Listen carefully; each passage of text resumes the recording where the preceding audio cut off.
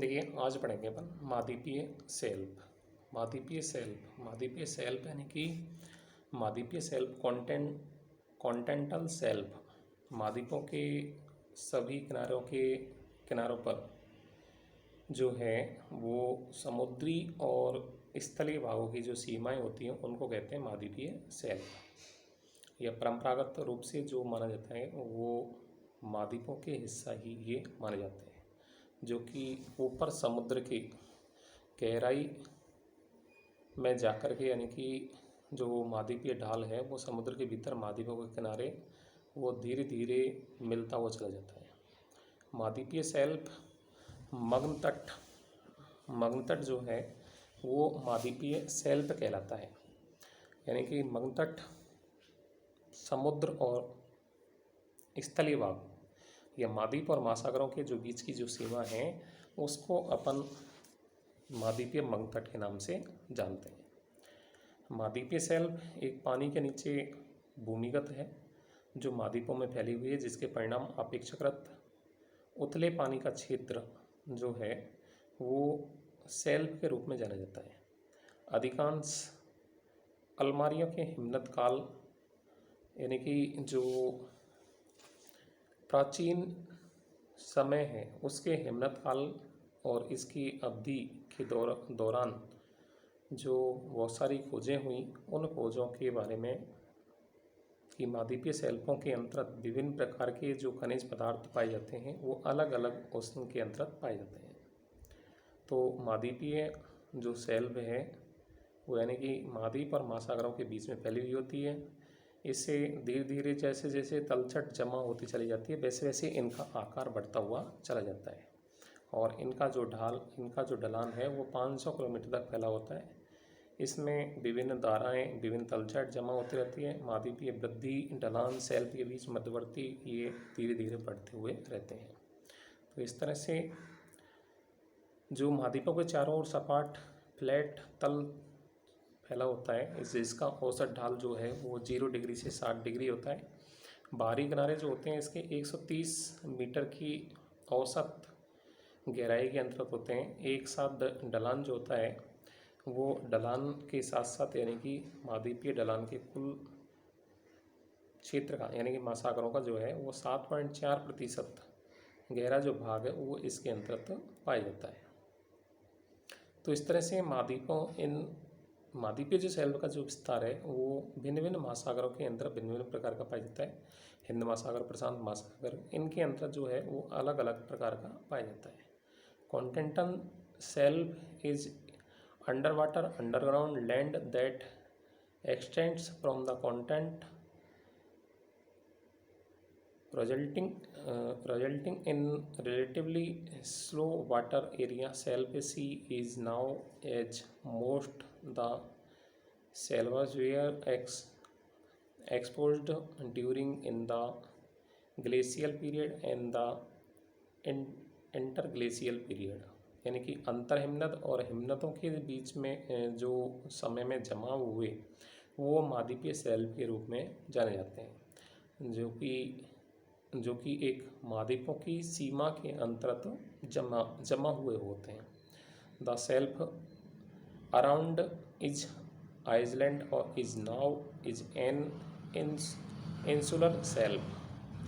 The continental migrate between the continental shelf and the abyssal plain converge a vast continental slope flowed by the faulter continental rise.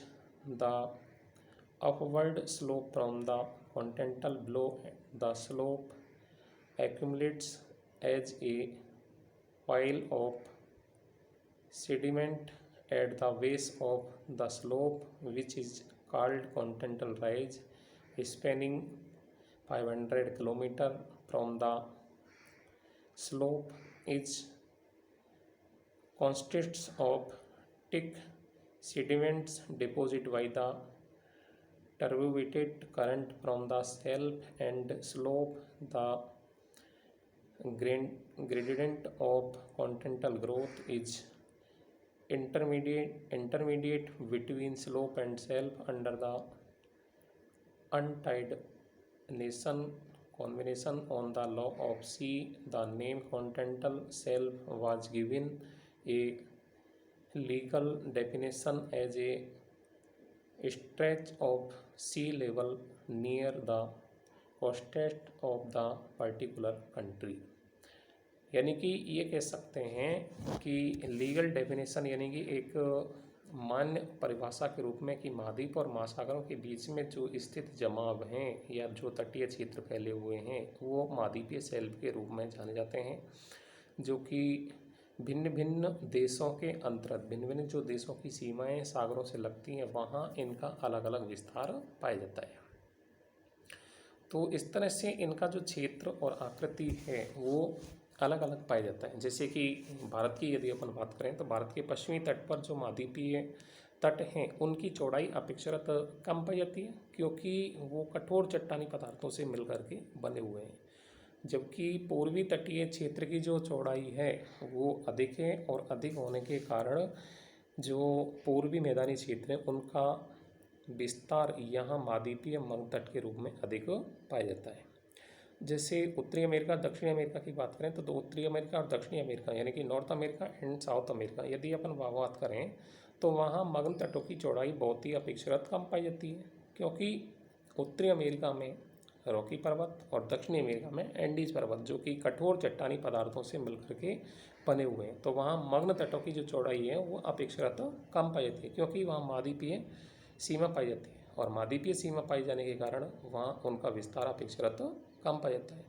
तो इस तरह से भिन्न भिन्न क्षेत्रों के अंतर्गत भिन्न भिन्न प्रकार के पाए जाते हैं। प्रशांत महासागर के अंतर्गत जो इनकी तटों की जो चौड़ाई है वो अधिक पाई जाती है, क्योंकि जैसे प्रशांत महासागर में अपन देखें तो यानी कि एशिया का जो पूर्वी भाग है, एशिया के पूर्वी भाग के अंतर्गत तो मैदानी क्षेत्र है, तटीय क्षेत्र होने के कारण वहाँ इनका विस्तार अधिक पाया जाता है। तो इस तरह से अपन देखते हैं कि इन क्षेत्रों के अंतर्गत इनका विस्तार अधिक है। तो इस तरह से महाद्वीप और महासागर की जो चौड़ाई है वो अलग अलग पाई जाती है।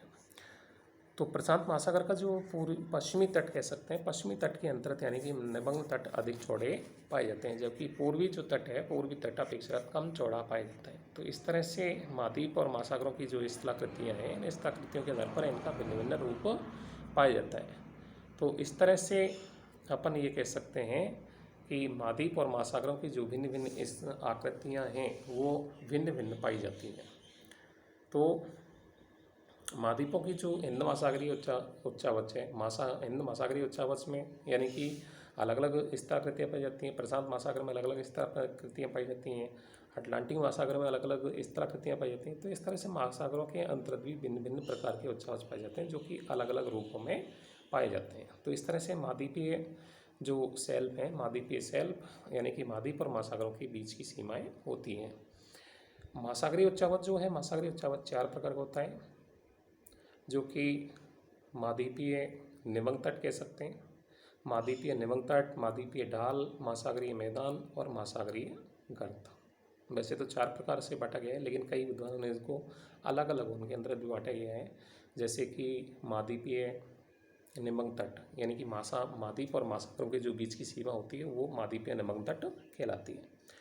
महासागरीय ढाल, महासागरीय ढाल वो कहते हैं जो कि यानी कि तट से लगने वाली जो सीमा होती है जो समुद्र के अंदर जाती है, यानी कि समुद्र के तट से लगने वाली सीमा जो मैदान तक लगती है उसको कहते हैं महाद्वीपीय ढाल। वो महाद्वीपीय ढाल जो है वो कई कई महासागरों के अंतर भिन्न भिन्न पाया जाता है। जैसे कि प्रशांत महासागर में अधिक है, अटलांटिक महासागर के पूर्वी जो तट हैं उन पर ढाल अधिक पाया जाता है।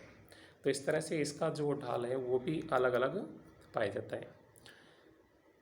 तो तीसरा जो है वो है महासागरीय मैदान यानी कि सी एविसले प्लेन का महासागरीय मैदान यानी कि महासागरीय जो मैदान है वो भिन्न भिन्न पाए जाते हैं। जैसे कि प्रशांत महासागर के अंतर्गत इनकी चौड़ाई अधिक पाई जाती है, जबकि अटलांटिक महासागर के अंतर्गत इनकी चौड़ाई अपेक्षाकृत कम पाई जाती है। प्रशांत महासागर के अंतर्गत महासागरीय मैदानों का विस्तार अधिक है, जबकि अटलांटिक महासागर के अंतर मैदानों का विस्तार अपेक्षाकृत कम पाया जाता है। तो इस तरह से इनके अंतर्गत भिन्न भिन्न प्रकार के पाए जाते हैं। हिंद महासागर है, फिर आता है यानी कि महासागरीय मैदान के बाद जो आता है महासागरीय गर्त। महासागरीय गर्त जो कि गहरे गहरे गड्ढों के रूप में पाए जाते हैं, जैसे कि मैरियाना गर्त है, सुंडा गर्त है। तो ये जो हैं ये महासागरीय गर्त हैं जो कि अधिक गहरे हुए भाग होते हैं। इसके अलावा महासागरीय कटक जो होते हैं, महासागरीय कटक भी इन्हीं का भाग होता है। महासागरीय कटक का मतलब होता है ना कि महासागरों के अंदर जो पहाड़ी के रूप में जो उठे हुए भाग होते हैं उनको बोलते हैं महासागरीय कटक। उनको या तो द्वीप के रूप में भी कह सकते हैं, या जब वो मध्यवर्ती महासागरों के अंतर्गत होते हैं तो उनको महासागरीय कटक के नाम से जाना जाता है। तो इस तरह से महासागरों की जो आकृति है यानी कि भिन्न भिन्न रूपों में पाई जाती है। तो इसलिए इसको भिन्न भिन्न भागों के अंतर्गत बांटा गया है।